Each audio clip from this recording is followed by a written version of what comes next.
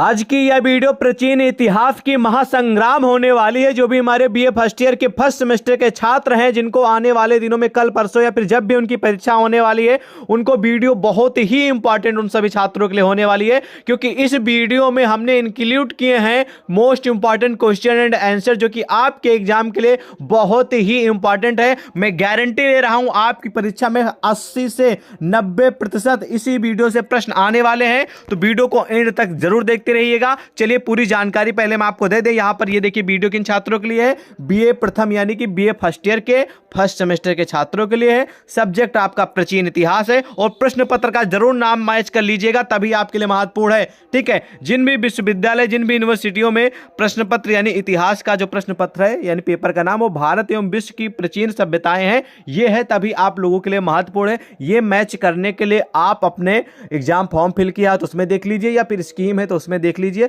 या फिर आपके पास एडमिट कार्ड आ गया तो उसमें मिल जाएगा। ठीक है, ये मध्यकालीन इतिहास नहीं है, इस बात को ध्यान रखेंगे। ये प्राचीन इतिहास है और भारत एवं विश्व की प्राचीन सभ्यताएं प्रश्न पत्र का नाम है। तो चलिए आते हैं most important question and answer के और। ठीक है, पहला क्वेश्चन है आज की इस वीडियो का, जो कि कई बार परीक्षा में आ चुका है। 2022-23 के सेशन में भी प्रश्न आया था और ये 21 और 22 के सेशन भी आया था, और आपकी परीक्षा इस बार उसमें भी आएगा। लिखा है कि मिस्र को नील नदी का वरदान क्यों कहा जाता है, इसके बारे में परिचय पूरा हम आपको बताएंगे। वीडियो को अंत तक देखते रहिएगा। तो चलिए इसके बारे में हम आपको बताते हैं, क्योंकि ये क्वेश्चन 100% आता ही आता है। ठीक है, तो उसका उत्तर लिखेंगे कि मिस्र प्राचीन काल में कृषि प्रधान देश था। मतलब कृषि प्रधान का मतलब आप लोग समझ रहे हैं, जहां पर खेती बाड़ी होती थी, ठीक है, अनाज उगाए जाते थे, उसका एक प्रमुख प्रधान देश था। ठीक है, कौन? मिस्र। ठीक है, यहां चावल, रुई और गन्ने की खेती होती थी। कहां पर?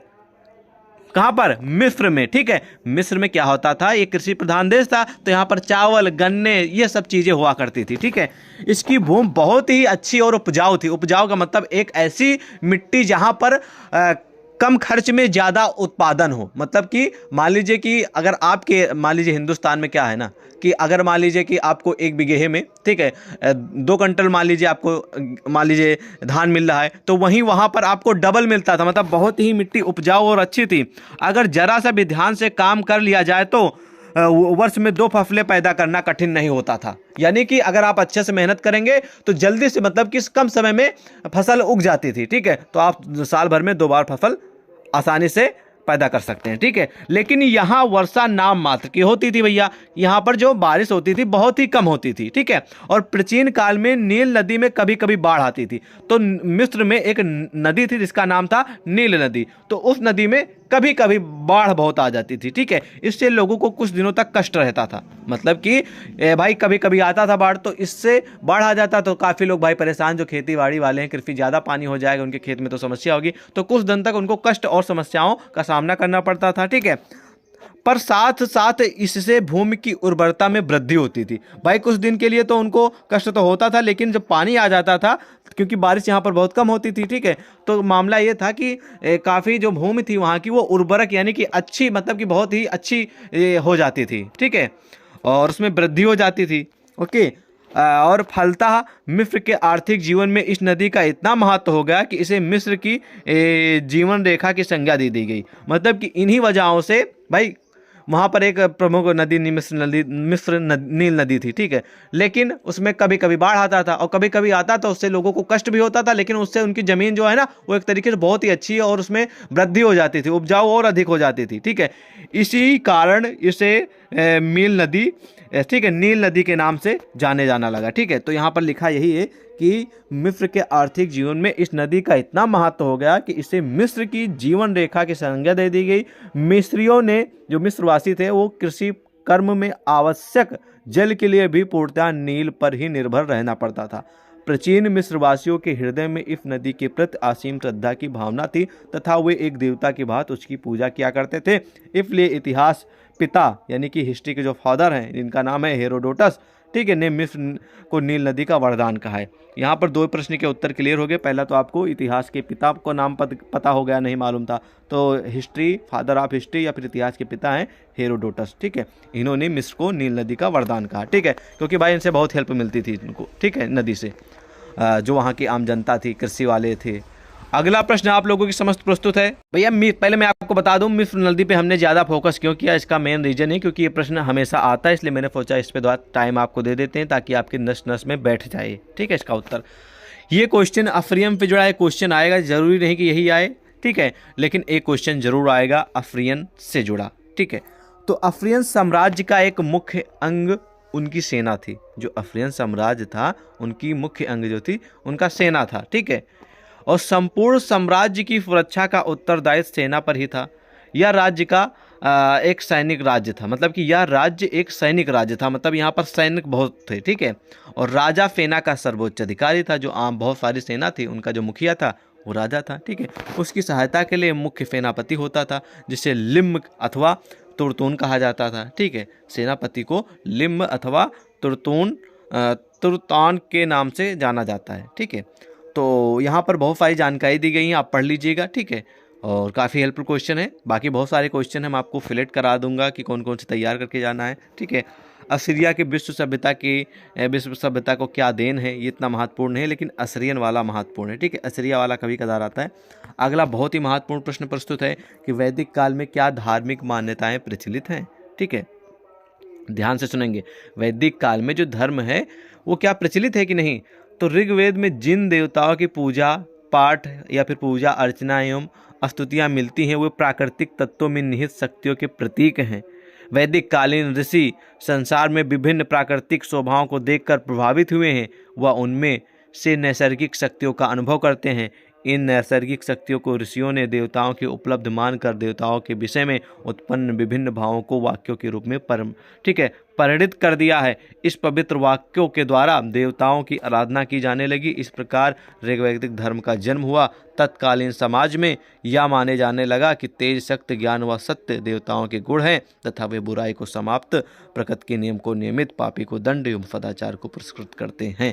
मतलब कि धीरे धीरे क्या हुआ ना, ऋग्वेद धर्म का जन्म हो गया। ठीक है, कैसे जन्म हुआ? तो ऋषि मुनि थे। ठीक है, जो ऋषि मुनि थे वो जो प्राकृतिक यानी कि भगवान है उनकी जो शोभा है, ठीक है, शोभा देखकर प्रभावित हो गए। ठीक है, और उनमें नैसर्गिक शक्तियों का अनुभव हो गया कि भैया अगर हम भगवान की आराधना करेंगे, अगर उनको मन से चाहेंगे तो उनको आप देख पाएंगे। ठीक है, उनकी स्वभावों को आप देख पाएंगे। ठीक है, और उनको देखने के बाद आपको अनुभव हो जाएगा। ठीक है, तो इन जो नैसर्गिक शक्तियाँ ऋषियों को मिली हैं, ठीक है, इन नैसर्गिक शक्तियाँ जो हैं ऋषियों ने देवताओं की उपलब्धि मान ली कि भैया ये देवताओं की उपलब्धि है, और देवताओं के विषय में उत्पन्न विभिन्न जो भाव वाक्य हैं उसमें परिणित कर दिया गया, और इस पवित्र वाक्य के द्वारा देवताओं की आराधना की जाने लगी। ठीक है, और वहीं से ऋग्वेद धर्म का जन्म हो गया। ठीक है, और तत्कालीन समाज में यह माने जाने लगा, यानी कि जो आम समाज है, आम लोग हैं, ठीक है, उनको ये जानकारी हो गई कि तेज और शक्ति, जहाँ पर पावर हो, शक्ति हो, ज्ञान हो, सत्य हो, देवताओं के सभी गुण हैं। ठीक है, और बुराई को समाप्त, प्रकृति के नियम को नियमित करें, यानी कि जो बुराई है उसको समाप्त करें और प्रकृति के जो नियम है वो नियमित रूप से चलता रहे, और जो पापी है उसको दंड मिले, और जो सदाचारी है उसको उसके बदले उसको पुरस्कृत इनाम या फिर उसका जीवन सुखमय हो, ऐसा पुरस्कृत करें। ठीक है, तो ये है वैदिक काल में धार्मिक मान्यताओं के प्रचलित। ठीक है, याद रखेंगे, महत्वपूर्ण प्रश्न है। उत्तर वैदिक सभ्यता किसे कहते हैं, ये भी हाई लेवल का क्वेश्चन है। ऋग्वेद युग के पश्चात के काल को उत्तर वैदिक काल कहा जाता है, इस बात को ध्यान रखेंगे। ऋग्वैदिक काल के बाद के काल को वैदिक युग कहते हैं। ऋग्वैदिक काल में सिर्फ ठीक है ऋग्वेद की रचना की गई थी, किंतु उत्तर वैदिक काल में शेष 3 वेद, सामवेद, यजुर्वेद और अथर्ववेद, ठीक है, और ब्राह्मण ग्रंथ या फिर ब्राह्मण ग्रंथों, उपनिषदों एवं आरण्यकों की रचना की गई है। यानी कि ऋग्वेद के पश्चात जो आया उसे उत्तर वैदिक काल कहा गया। ठीक है, और ऋग्वेद काल में सिर्फ ऋग्वेद की रचना हुई। किस काल में? ऋग्वेद में सिर्फ ठीक है ऋग्वेद काल की रचना हुई, लेकिन जब उत्तर वैदिक काल आया तो इसमें बाकी के जो 3 वेद हैं, सामवेद, यजुर्वेद, अथर्ववेद, इनकी रचना की गई। ठीक है, क्योंकि आप सभी को मालूम है कि 4 वेद होते हैं। ठीक है, और इस प्रकार पूरी क्वेश्चन का उत्तर पढ़ेंगे। महत्वपूर्ण है, समय ज़्यादा है नहीं, फिर भी मैं आपको एकदम मतलब कि एकदम सिंपल सा उत्तर प्रस्तुत कर रहा हूँ, ताकि आपको जरा सा भी डाउट ना हो और आपको जरा सा भी समस्या ना आए क्वेश्चन का उत्तर तैयार करने में। बिल्कुल आसान भाषा में 1-2 बार प्रश्न, जिस भी प्रश्न का उत्तर आप पढ़ लेंगे वो आपके नस नस में भर जाएगा अगर मन से पढ़ेंगे तो। ठीक है, बहुत सिंपल सी परिभाषा। महाकाव्य काल की नैतिक दशा। ठीक है, तो महाकाव्य जैसे कि आपके रामायण हो गए, महाभारत हो गया, इनसे जुड़ा क्वेश्चन आएगा। कभी कभी अति लघु उत्तरे में आता है रामायण के बारे में, रामायण की परिभाषा दीजिए और महाभारत की परिभाषा दीजिए। कभी कभी यही क्वेश्चन आपके दीर्घ उत्तरे में आ जाता है कि महाकाव्य काल के बारे में बताइए, तो वहाँ पर ये प्रश्न महत्वपूर्ण है, आएगा जरूर। रामायण महाभारत की परिभाषा, महाभारत और रामायण के बारे में तैयार कर लीजिएगा, और महाकाव्य ये सब हैं ही रामायण महाभारत, तो आपको पक्का हेल्प मिलेगी। ठीक है, अगला है कि सिंधु सभ्यता का विस्तार कहाँ तक है, ये भी महत्वपूर्ण प्रश्न है भैया। ठीक है, जो आज की इस वीडियो में आपको क्वेश्चन बता रहे हैं ना, ये अगर मेरे द्वारा बताए गए जितने भी क्वेश्चन है इस वीडियो में, इन सभी का उत्तर तैयार करके जाते हैं, तो यदि आपका 75 नंबर का पेपर होता है तो आप आसानी से 50 से 60 नंबर ला सकते हैं, आसानी से, बिल्कुल। ठीक है, 50 से 60 नंबर 75 में से। ठीक है, पक्का ला लेंगे आप लोग, भरोसा है। और इस वीडियो में वही सारे क्वेश्चन इंक्लूडेड हैं जो कहीं ना कहीं पिछले सालों में कई बार पूछे जा चुके हैं और महत्वपूर्ण है, और इस बार आपके एग्जाम के लिए भी महत्वपूर्ण है। उसी टाइप के क्वेश्चन है, बस और कुछ नहीं है इसमें। ठीक है, सिंधु घाटी की सभ्यता किस प्रकार हुई, यानी जो सिंधु घाटी सभ्यता है, ठीक है, इस किस प्रकार की थी, किस टाइप की थी।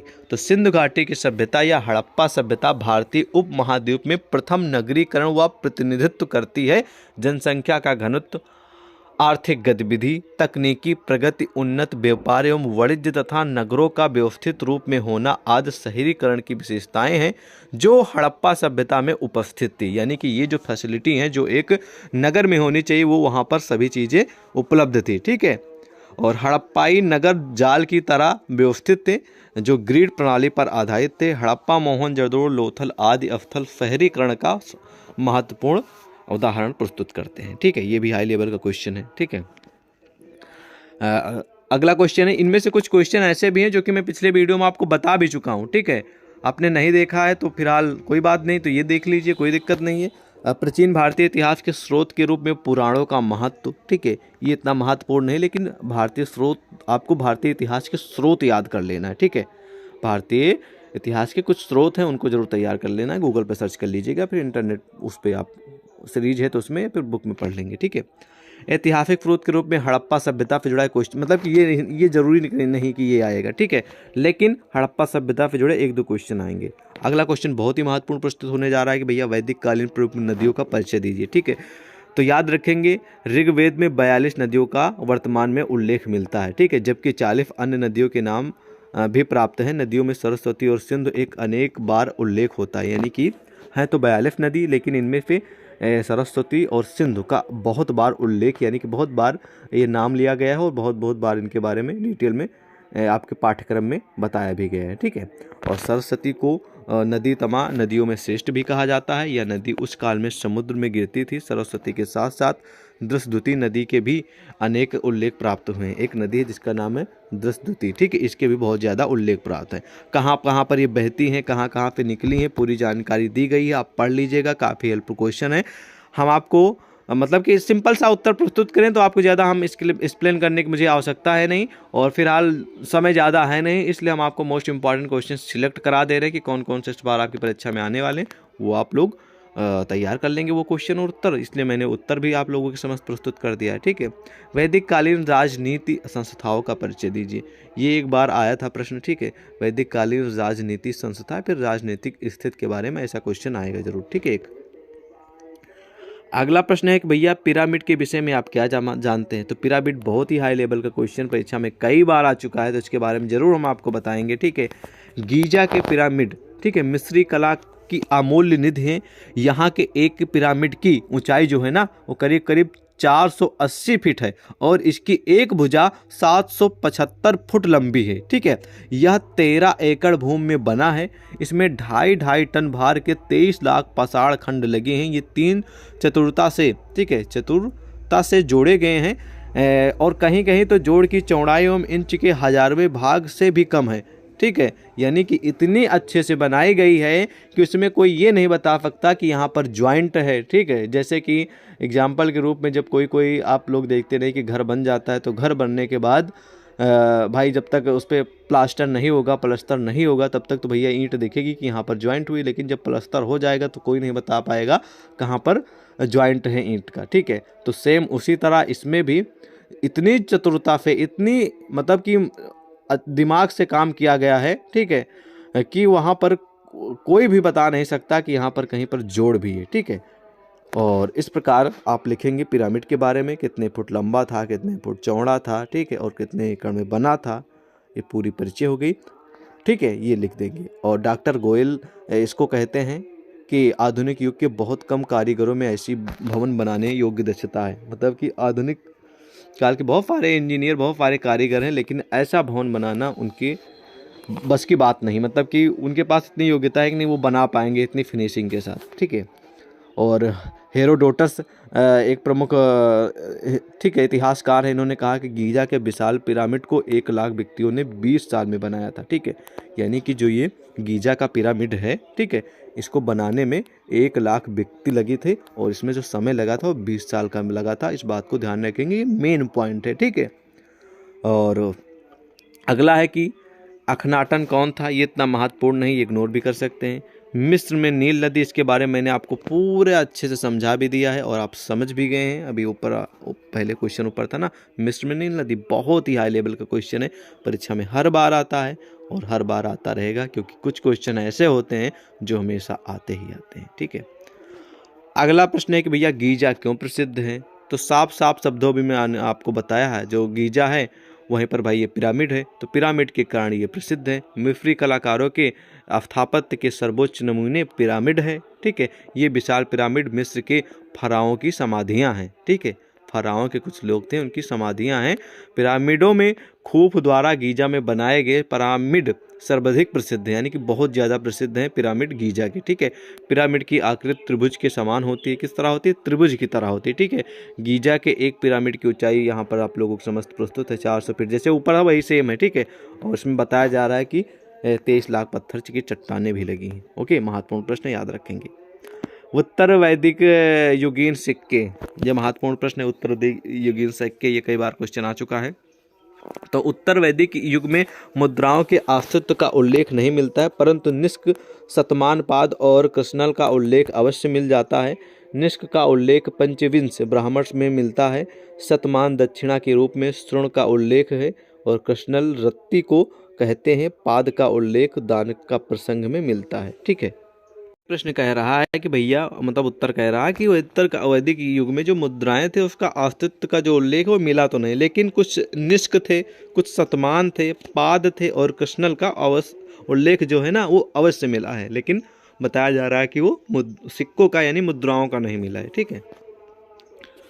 अगला प्रश्न है कि ठीक है, सिफिक्स किसे कहते हैं। ये आपकी अति लघु उत्तरीय में कई बार मैंने देखा है, मैंने पिछले साल के मॉडल पेपर उठाए उसमें कई बार प्रश्न आया, ठीक है, सिफिक्स के बारे में। तो गीजे के पिरामिड के पास एक सिफिक्स नर तथा सिंह की मिली जुली मूर्ति बनी हुई है। यह 25 गज ऊंची तथा 50 गज लंबी है। इसे प्राचीन काल में हूँ के नाम से पुकारा जाता है। कभी कभी क्वेश्चन आता नहीं कि हूँ की परिभाषा दीजिए, तो यही है हूँ, ठीक है। हूँ के नाम से जाना जाता है, जिसका अर्थ है सुरक्षा का चौकीदार, ठीक है। आधुनिक समय में मिस्रवासी इसे अबुल होल के नाम से पुकारते हैं, जिसका अर्थ है भय का पिता, ठीक है, यानी कि डर का पिता, एक तरीके से बोल सकते हैं, भय का पिता। महत्वपूर्ण प्रश्न अति लघु उत्तरीय में कई बार आया। हम्बुराबी, ये क्वेश्चन आपके अति लघु उत्तरीय और लघु उत्तरीय में ज़्यादातर आता है, ठीक है। हम्बुराबी के बारे में अति लघु उत्तरीय और लघु उत्तरीय में ज़्यादातर क्वेश्चन पूछा जाता है, मैंने पिछले सालों में कई बार देखा। और हम्बुराबी से जुड़ा क्वेश्चन कॉमन है, सिंपल है और आता भी है हमेशा, ठीक है। तो एमोराइट वंश का छठा शासक हम्बुराबी था। किस वंश का? एमोराइट एक वंश था जिसका एक 6वां शासक था, ठीक है। उसने लगभग 42 वर्ष यानी कि 2123 ईसा पूर्व से 2021 ईसा पूर्व तक शासन किया।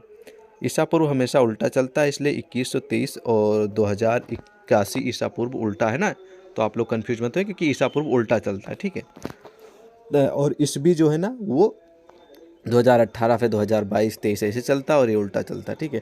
तथा शासन किया, ठीक है, तक शासन किया। वह अपने युग का एक महान विजेता था, यानी कि जब उसका शासन था तो उसका एक महान विजेता था और उसने अपने पराक्रम और सैन्य बल से मेसोपोटामिया का एकीकरण किया, यानी कि इकट्ठा किया, एक तरीके से एक में किया, एकजुट किया। इसके बाद उसने एलम तथा असीरियों के शक्तिशाली राज्यों को जीतकर अपने साम्राज्य का विस्तार किया। वह एक कुशल शासक और संगठनकर्ता भी था, यानी कि जो आसपास के राज्य थे, जो आसपास के असीरियों के शक्तिशाली राज्य थे, उनको जीत लिया और अपने साम्राज्य में उसने मिला लिया, ठीक है, अपने ही वंश में, उमाराइट वंश में, ठीक है। और उसको जब विस्तार जो था उसको अपने में मिला लिया, तो साम्राज्य का विस्तार किया, ठीक है। राज्यों को जीत कर अपने साम्राज्य को विस्तार किया कि भैया हमारा जो साम्राज्य बहुत बड़ा हो जाए, जीत लिया। तो भाई जब जीत लिया, वहाँ के राजा को पराजय कर दिया, तो वहाँ की जो जनता थी, वहाँ का जो सामान था, वहाँ की जो प्रॉपर्टी थी, वहाँ की जो भी चीज़ था, वो सब उसके साम्राज्य में आ गया, हम्मुराबी के, ठीक है।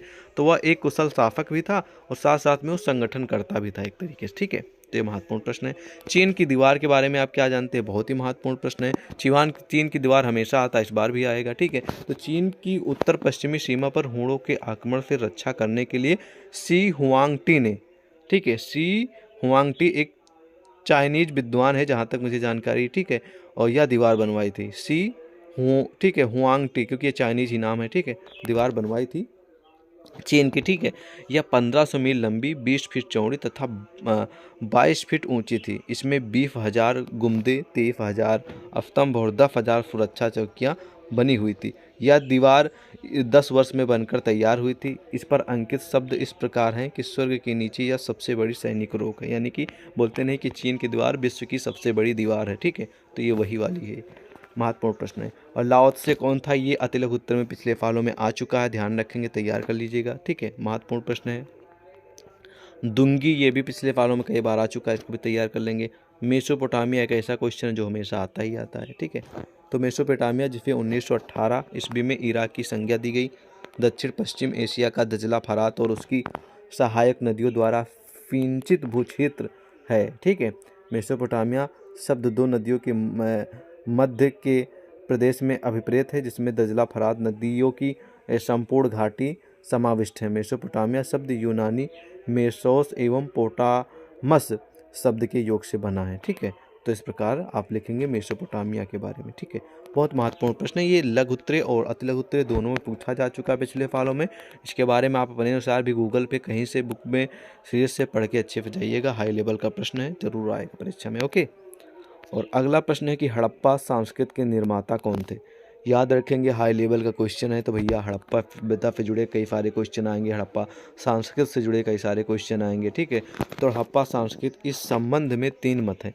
प्रथम मत में लक्ष्मण स्वरूप वत्स ने आर्यों को सिंधु सभ्यता का निर्माता माना है, ठीक है। द्वितीय में गार्डन चाइल्ड ने सुमेरियों को सिंधु सभ्यता का निर्माता माना है। वहीं पर तीसरे मत में जॉन मार्शल प्रमुख विद्वान है, इन्होंने द्रविड़ों को, जो द्रविड़ लोग थे, इनको सिंधु सभ्यता का निर्माता है माना है। यानी कि अलग अलग जो हमारे इतिहासकार हैं, विद्वान हैं, वो लोग अलग अलग लोगों को हड़प्पा संस्कृत के निर्माता मानते हैं, ठीक है। और डॉक्टर विमल पांडे ने कहा है, या फिर इनका मत है कि भूमध्य सागरीय सिंधु प्रदेश में सबसे अधिक बहुसंख्या में थी, इसी जाति ने सबसे अधिक योगदान दिया है। तो इस प्रकार आप उत्तर लिख देंगे, ठीक है। हेल्प आपको मिल जाएगी। लेखन की प्राचीनता, ये कभी कदार आता है तो आप पढ़ें और चाहे इग्नोर भी कर सकते हैं, ठीक है। शतमान, ये भी क्वेश्चन कभी कदार आता, हमेशा नहीं आता, तो आप चाहें और चाहे पढ़ें चाहे इग्नोर कर सकते हैं, ठीक है। अभिलेखों के प्रकार, ये कई बार आया, इसके बारे में जरूर जानिए, ठीक है। प्राचीन भारतीय इतिहास के निर्माण में अभिलेखों का विशेष महत्व है। देखिए, भारतीय इतिहास रहा है उसमें अभिलेख जो हैं वो बहुत ही मतलब बहुत ज़्यादा योगदान रहा है, ठीक है। जैसे कि आज के समय मोबाइल का बहुत ज़्यादा टेक्नोलॉजी का योगदान बहुत है, ठीक है, तब अभिलेखों का योगदान बहुत था, ठीक है, विशेष महत्व रहा है। शब्द की दृष्टि से अभिलेखों को निम्नलिखित प्रकार से विभाजित किया गया है: व्यापारिक अभिलेख, तांत्रिक अभिलेख, धार्मिक और शिक्षात्मक अभिलेख, शासन संबंधी अभिलेख, ठीक है, प्राप्तिपरक अभिलेख, पूजा या समर्पण परक अभिलेख, दान संबंधी अभिलेख, ठीक है, स्मारकीय अभिलेख और साहित्यिक अभिलेख, ठीक है। क्या है ना, इनको पत्थरों पे मतलब कि बना अभिलेख, मतलब कि एक तरीके से बोल सकते हैं कि जो पत्थरों पे इनको लिख दिया जाता था, ठीक है, उसे ही अभिलेख बोलते हैं। कि जो पत्थर थे, कठोर धातु थी, ठीक है, या फिर कुछ उस तरह के तत्व थे, ठीक, कठोर थे, उन पे लेख लिखा जाता, जैसे कि आज पेन से लिखा जाता, ठीक है, तो उसे ही अभिलेख कहते हैं। और अभिलेख बहुत सारे प्रकार के हैं, देखिए सभी जगह अलग अलग प्रस्तुत किए गए हैं। कई देखिए आपने थालियों पे लिखा है, पत्थरों पे लिखा है, किलाओं पे लिखा है अभिलेख, ठीक है। तो बहुत सारे प्रकार हैं अभिलेख के जो कि यहाँ पर प्रस्तुत हैं, ये सारे अभिलेख के प्रकार हैं, ठीक है। तो अभिलेख की परिभाषा यही है कि जो कठोर पदार्थ होते हैं, पत्थर होते हैं, ठीक है, ठीक है। और जो धातु होती है उस पर लेख जो लिखा जाता है, जैसे किला होता है उस पर लिख दिया जाता है कि भैया ये चीज़ ये यहाँ पर है, ठीक है, वो वही चीज़ होता है अभिलेख, ठीक है। और अगला प्रश्न है सिंधु घाटी के धर्म पर संक्षिप्त टिप्पणी लिखिए। ये भी महत्वपूर्ण प्रश्न है, सिंधु घाटी से जुड़ा एक क्वेश्चन आएगा ही आएगा। देखिए ज़्यादातर तो यह लघु उत्तर में एक देखने को मिलेगा और एक आपको लघु दीर्घ में देखने को मिल सकता है, तो श्योर है कि आएगा ही आएगा, तो पढ़ लीजिएगा इसके बारे में, ठीक है। सिंधु घाटी की सभ्यता के लोग संभवतः एक ईश्वरीय सत्ता में विश्वास करते थे, मतलब भगवान पे वो पूरी तरह विश्वास करते थे। इससे वे विश्व की सृजनात्मक शक्ति मानते थे। इस परम शक्ति के दो स्वरूपों की कल्पना उनके मन में ज्ञात होती है, एक परम पुरुष और दूसरा परम नारी। कालांतर में विकसित हिंदू धर्म की पुरुष एवं प्रकृति शिव और पार्वती की कल्पना का आधार यही द्वंद्वात्मक धर्म ज्ञात होता है। शिलाखंडों, विशाल वृक्षों तथा पशुओं में आत्मा का निवास मानकर उनकी पूजा करते थे। इससे यह इंगित होता है कि वे ठीक है, बहुदेववादी भी थे, ठीक है। यानी कि वो पशुओं के, वृक्षों के, इन सभी की चीज क्या है, वो उन पे एक तरीके से आत्मा मानकर उनकी पूजा करते थे, ठीक है। तो इस प्रकार लिखेंगे सिंधु घाटी के बारे में। वैदिक कालीन राजा की स्थिति, बहुत ही हाई लेवल का क्वेश्चन परीक्षा में कई बार आ चुका है। अगला प्रश्न प्रस्तुत होने जा रहा है कि वैदिक कालीन शिक्षा व्यवस्था कैसी थी। हाई लेवल का प्रश्न आएगा ही आएगा, तैयार कर लीजिएगा। मोहनजोदड़ो से जुड़ा और मेसोपोटामिया, इनसे जुड़ा क्वेश्चन हमेशा आता है, इस बार भी आएगा, तैयार कर लीजिएगा, हाई लेवल का क्वेश्चन है, ठीक है। अमृत भंडों का ऐतिहासिक महत्व कभी आता कभी नहीं आता, तो आप इसे बेशक आप इग्नोर भी कर सकते हैं, ठीक है। लेकिन जो मैंने ऊपर इस वीडियो में क्वेश्चन बताए हैं उनको तो आपको खास करके तैयार करके ही जाना है। बाकी आपके पास समय है तो इनमें दिए गए सारे क्वेश्चन एंड आंसर सभी तैयार कर सकते हैं, क्योंकि सभी महत्वपूर्ण हैं। लेकिन जो मैंने बताए वो खास कर आपको तैयार करके जाना है, ठीक है। आपको एग्जाम में मैं गारंटी दे रहा हूँ कि आपको बहुत ज़्यादा हेल्प मिलेगी, ठीक है। आपको शायद ही पूरे यूट्यूब पे कोई इतनी गारंटी और इस तरह के प्रश्न प्रोवाइड कर पाए। मैं गारंटी ले रहा हूँ कि ये प्रश्न आएंगे ही आएंगे, और अगर आप अच्छे से इन प्रश्नों को तैयार करके जाएंगे तो आप 50 से 60 नंबर कम से कम ला पाएंगे सिर्फ इस वीडियो से। बाकी इसमें दिए गए जो क्वेश्चन हैं और उत्तर हैं वो बेसिक है, मतलब कि छोटे हैं, मतलब छोटे का मतलब ये उसका आंसर मैंने बेसिक छोटा रखा है। बाकी जैसे कि ये अति लघु उत्तरीय के लिए तो ठीक है, लघु उत्तरीय के भी चल जाएंगे, लेकिन दीर्घ उत्तरीय में आपको थोड़ा यही प्रश्न आएंगे तो थोड़ा आपको बना के भी लिख देना है, क्योंकि वहाँ पर 500 शब्दों में लिखना होता है। बाकी आप समझदार हैं और वहाँ पर आपको लिखा भी रहेगा कि कौन से प्रश्न का उत्तर कितने शब्दों में देना है, तो हिसाब से लिखेंगे, ठीक है। बाकी कोई क्वेश्चन है तो जरूर पूछिए, और इस PDF को हम टेलीग्राम, व्हाट्सएप पे दोनों प्रोवाइड करेंगे, तो वहाँ पे डाउनलोड कर लीजिएगा। जय हिंद।